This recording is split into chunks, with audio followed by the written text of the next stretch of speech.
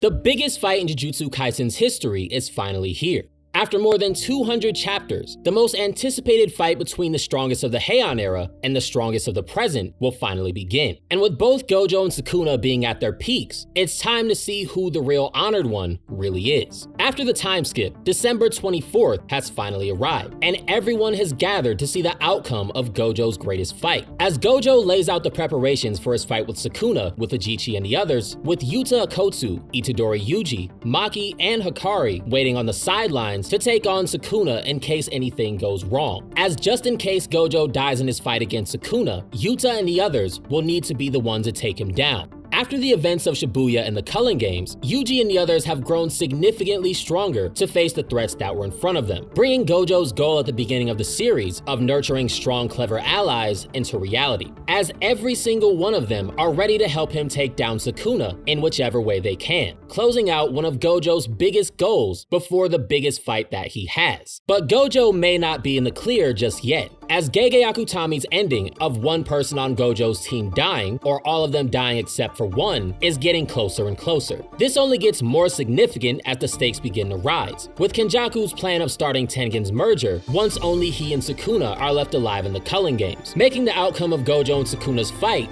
that much more important. Because if Gojo fails, it will be significantly easier for Kenjaku to merge Tengen with the world and create an unstoppable cursed spirit. Before Gojo's fight with Sukuna begins, Gakuganji makes a decision to come clean to Gojo about his involvement in killing Principal Yaga back in chapter 147. Although Gojo understands Gakuganji's decision completely, as he was simply acting under orders, saying that Gakuganji has changed due to him not reporting Yaga's secret behind Panda's creation. But that's far from everything that happened between them. After the attempted assassination of Itadori Yuji, Gojo wanted to kill all the higher-ups with his own hands, and now that he's fostered the next generation, the higher-ups have all been killed, as these are the remaining higher-ups that were left after Kenjaku got rid of those who recommended Suguru and Itadori's execution back in chapter 191, with Gojo telling Gakuganji that if he were to leave the Jujutsu headquarters, then things would be better than they were before, bringing Gojo one step closer to resetting the Jujutsu world and bringing in a new era like he wanted to in chapter 11. Although now that Sukuna has reached his full 20 fingers worth of strength, he's once again reached a level of power that caused him to be undefeated in the Heian era, being known as a natural disaster and a calamity, making Sukuna the biggest threat to Gojo's new era that he wants to introduce through the new higher-ups and his students. Although with Gojo having to hold back in all of his fights except for Toji, and Sukuna having never shown his full 20 fingers of strength, this will be the first time that anyone will ever be shown how strong both of them really are at their peak, meaning that Gojo and Sukuna are about to be at 100% for the first time in the series. Gojo has now gathered Gakuganji, Utahime, and Ajichi,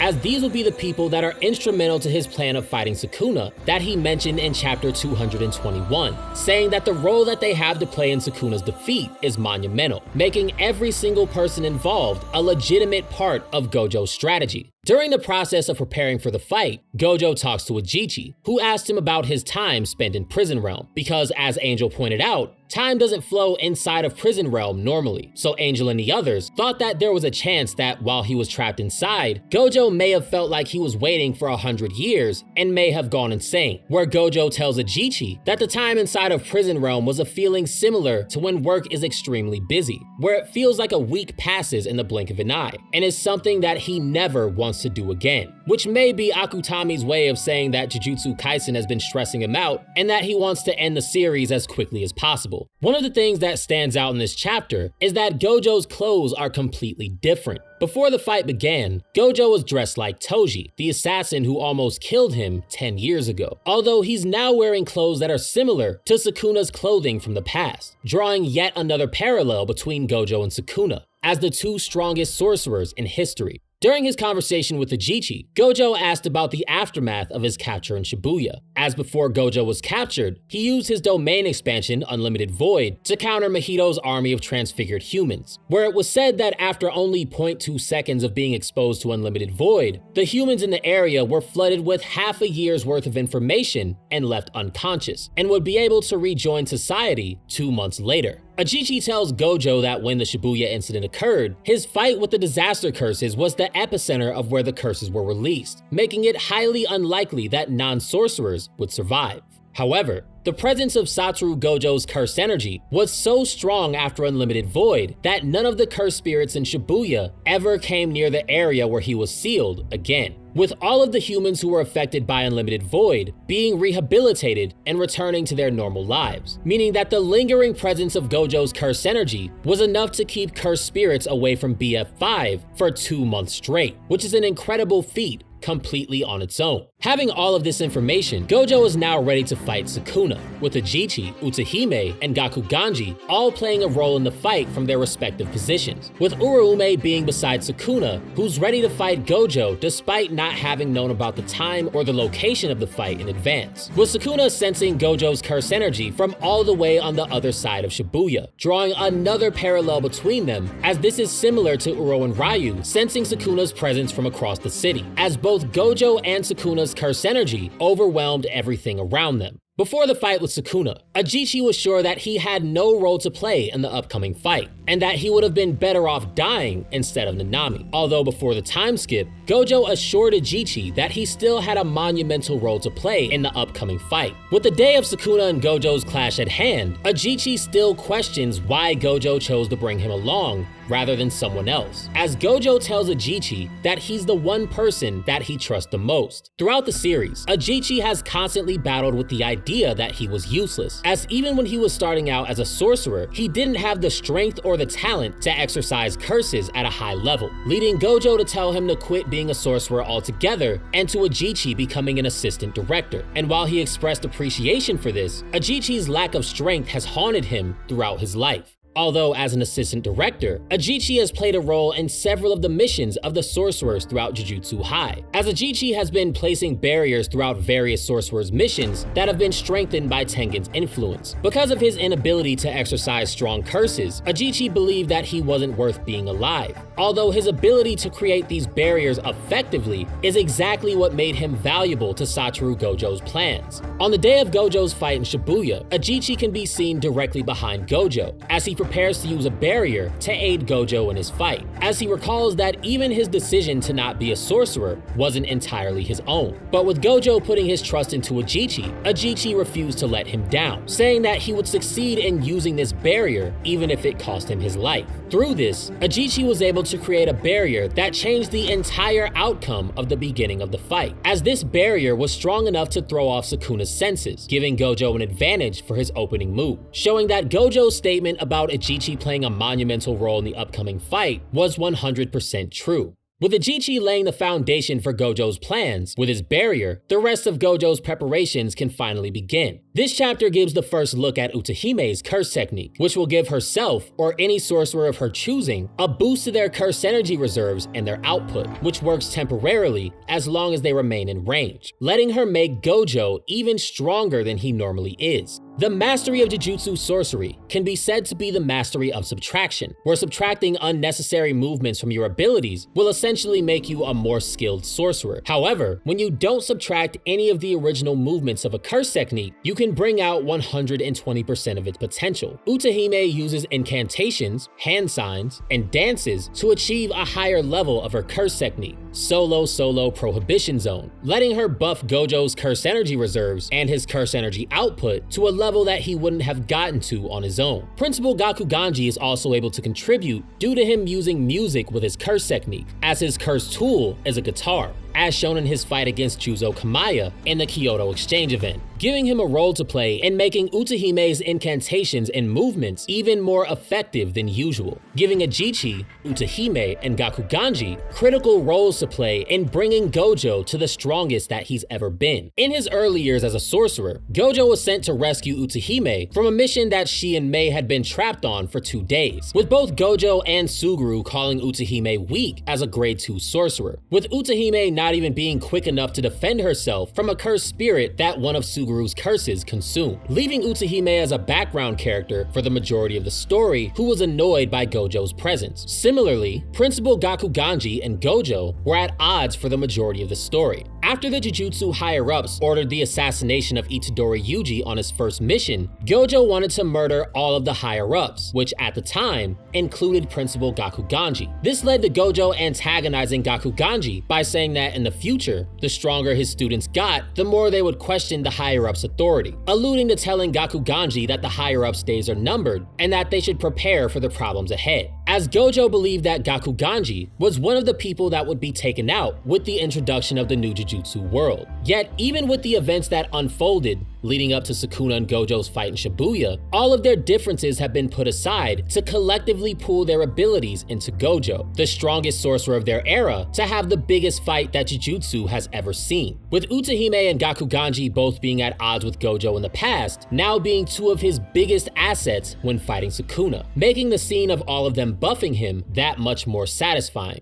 Using all of the boost to his power that Utahime and Gakuganji gave him, Gojo gets ready to use one of his strongest attacks that he has, Hollow Purple, with the narration hyping up both Gojo and Sukuna as the strongest sorcerer in history versus the strongest sorcerer of today. The one who will approach the fight as the challenger will be decided by the first decisive strike, and Gojo is immediately taking the lead. Gojo shows during his attack that Hollow Purple has a chant of its own, including the chants and hand movements that he normally bypasses to make the technique even stronger. When using Hollow Purple in the Kyoto Exchange event, Gojo goes through a set of movements before firing his technique, but these movements in chapter 223 are completely different than anything that he's used before. With Gojo using every movement that Hollow Purple has to offer, he's able to bring the technique to an entirely new level, taking his curse energy output with Hollow Purple up to 200%, meaning that Gojo, Utahime, and Gakuganji were able to boost Satoru Gojo's Hollow Purple to a level that's past what he used against Toji and what he used against Hanami, which was strong enough to rip through the both of them with a single hit. While Gojo's getting all of his buffs from Utahime and Gakuganji, the story points out something very important with the concept of subtraction, saying that the mastery of Jujutsu sorcery can be said to be the mastery of subtraction, with the skill of a sorcerer being judged on their ability to omit prerequisites like hand signs or incantations in order to fully activate their technique. Meaning that the more unnecessary movements you're able to take away from activating your technique, the more skilled of a sorcerer you're considered to be. This is the same thing that Gojo learned how to do after his second fight with Toji, saying that he removed the unnecessary hand signs from his technique along with mastering many of his other abilities. This is the same moment where after Gojo made this much progress, Suguru declared that Gojo had become the strongest, solidifying Toji's claim that Satoru Gojo had become the greatest sorcerer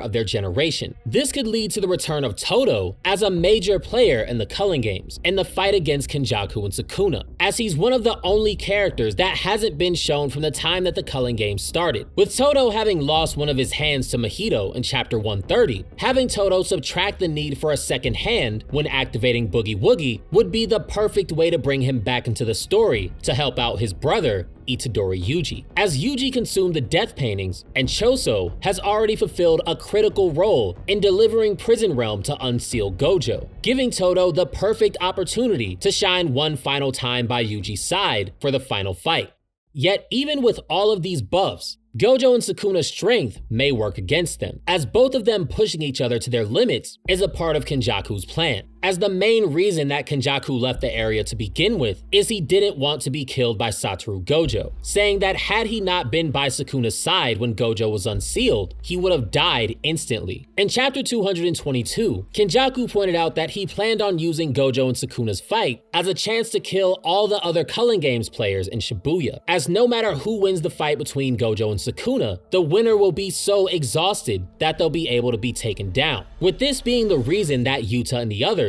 are on standby, and why Kenjaku refuses to be in the area just in case Gojo wins, meaning that Kenjaku's only mission with Gojo and Sukuna's fight is likely to start the merger between humanity and Tengen as quickly as possible, with him being under the pressure of being killed if Sukuna loses. Kenjaku's original plan was to have the culling games end once no one was alive except for himself and Sukuna. Yet with Gojo being unsealed, that plan became much more difficult to use, making keeping an eye on Kenjaku more important now than ever, raising the stakes even higher than they already were. Now that Utahime and Gakuganji have buffed Gojo for Hollow Purple, their role in the fight has effectively ended, as Utahime's curse technique will only be able to buff Gojo as long as he stays in range. With Utahime's curse technique being limited and Gojo and Sukuna's fight being something that will be on the move, Utahime and Gakuganji will no longer be able to boost Gojo throughout the fight, meaning that Gojo, from this point on, is on his own. This makes sense because they've basically helped Gojo to the fullest extent of their ability, as the entire opening sequence of them boosting Gojo's power to begin with was to have him send out the first decisive strike, not necessarily to boost him for the entire fight's duration, meaning that their role in Gojo's plan may not extend past this point at all.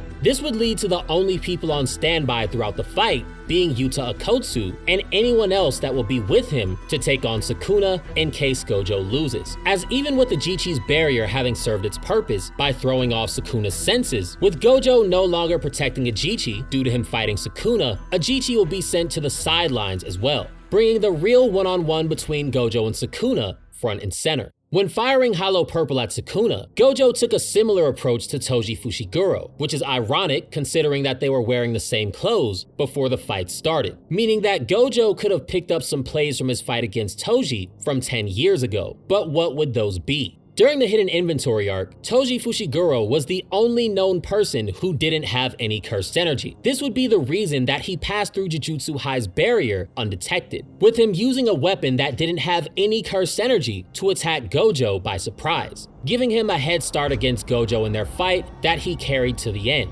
Similarly, Gojo used Ajichi's barrier to throw off Sukuna's senses, letting him fire Hollow Purple from a distance in a way where Sukuna wouldn't sense the technique's presence until it was right in front of him, giving Sukuna as little time to react as humanly possible, while giving Gojo the first strike in their fight. When Hollow Purple was fired at Sukuna at 200%,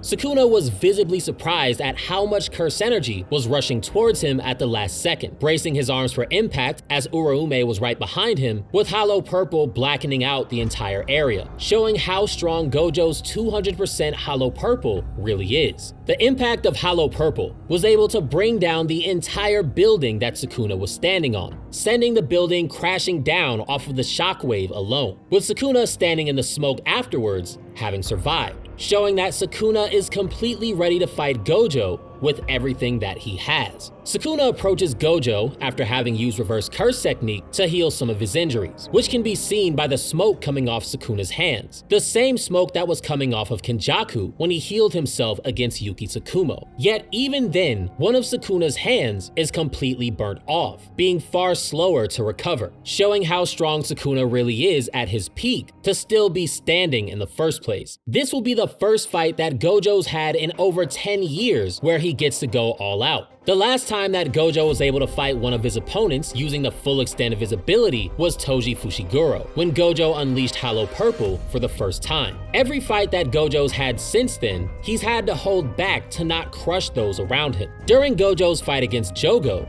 Gojo wanted to interrogate Jogo later on, so he didn't exercise him with everything that he had. The same way that in Shibuya, Gojo was cornered by the disaster curses into holding back his full potential by being lured into fighting them in an area full of civilians, where those inside would be crushed by Gojo's curse energy and his techniques had he used his strongest abilities, making it so that a domain expansion that would barely affect the disaster curses was the most that Gojo could do to avoid killing all the civilians in the area. When planning Gojo's sealing in Shibuya, Kenjaku points out that he planned all of this in advance because Satoru Gojo is at his best when he's alone, and with Sukuna being at his absolute best from having reached 20 fingers of strength, Satoru Gojo is going to go all out for the very first time in the new generation. After having taken down the corrupt higher-ups, Gojo has his plans in motion to reset the Jujutsu world, with Principal Gakuganji being the one that he sees at the new world's head, with the strong and clever allies that he fostered over the years having grown to levels that are far past anything that they were before he was sealed, each of which are standing on the sidelines ready to intervene in case he gets taken down. The new age of Jujutsu that Satoru Gojo wants to create by ushering in the new generation is at hand, with defeating Kenjaku and Sukuna being the final step in making that dream a reality, meaning that the most important fight of Gojo's life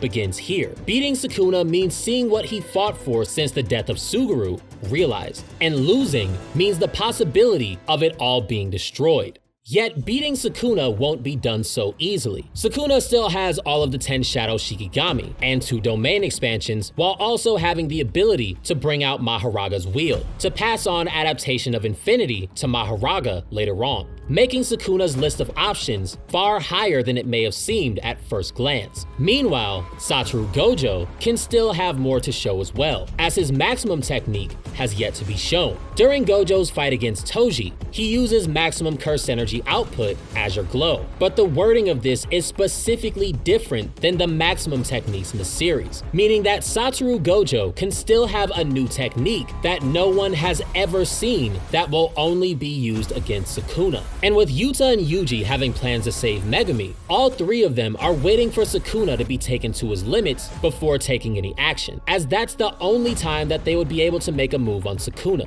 to save Megumi from being destroyed alongside Sukuna in the process, making Gojo versus Sukuna that much more intense. After seeing Sukuna's injuries, Gojo is 100% confident about fighting Sukuna, showing the same confidence against him that he's always had since the beginning of the series, where he always believed that he would beat Sukuna no matter what when both of them were at their full strength, showing how much of a savage Gojo really is. Gojo tells Sukuna that Sukuna has the wrong idea, and to set things straight, Sukuna is the real challenger here, basically telling Sukuna that he's the underdog in this fight, which is exactly what Gojo set out to establish with his 200% hollow purple, as pointed out by the narration, making Gojo's statement hit even harder, with Sukuna responding differently to Gojo than he did before, where when fighting Gojo at 5%, he was confident enough to tell Gojo that he was going to kill him to his face. Yet when seeing Gojo's hollow purple at 200%, he's become aware of how strong Gojo really is, making his desire to beat Gojo that much stronger. Sukuna has always been known as the strongest of the Heian era, being unrivaled in strength for more than 1,000 years, to the point where even when he was in his weaker forms, Kenjaku wanted to avoid angering Sukuna to not make Sukuna an enemy, making Gojo, as someone who can match him in strength, the biggest fight of Sukuna's life. But the story goes even deeper than that. Sukuna's strength led him to loneliness, as Yorozu's words about absolute strength coming with solitude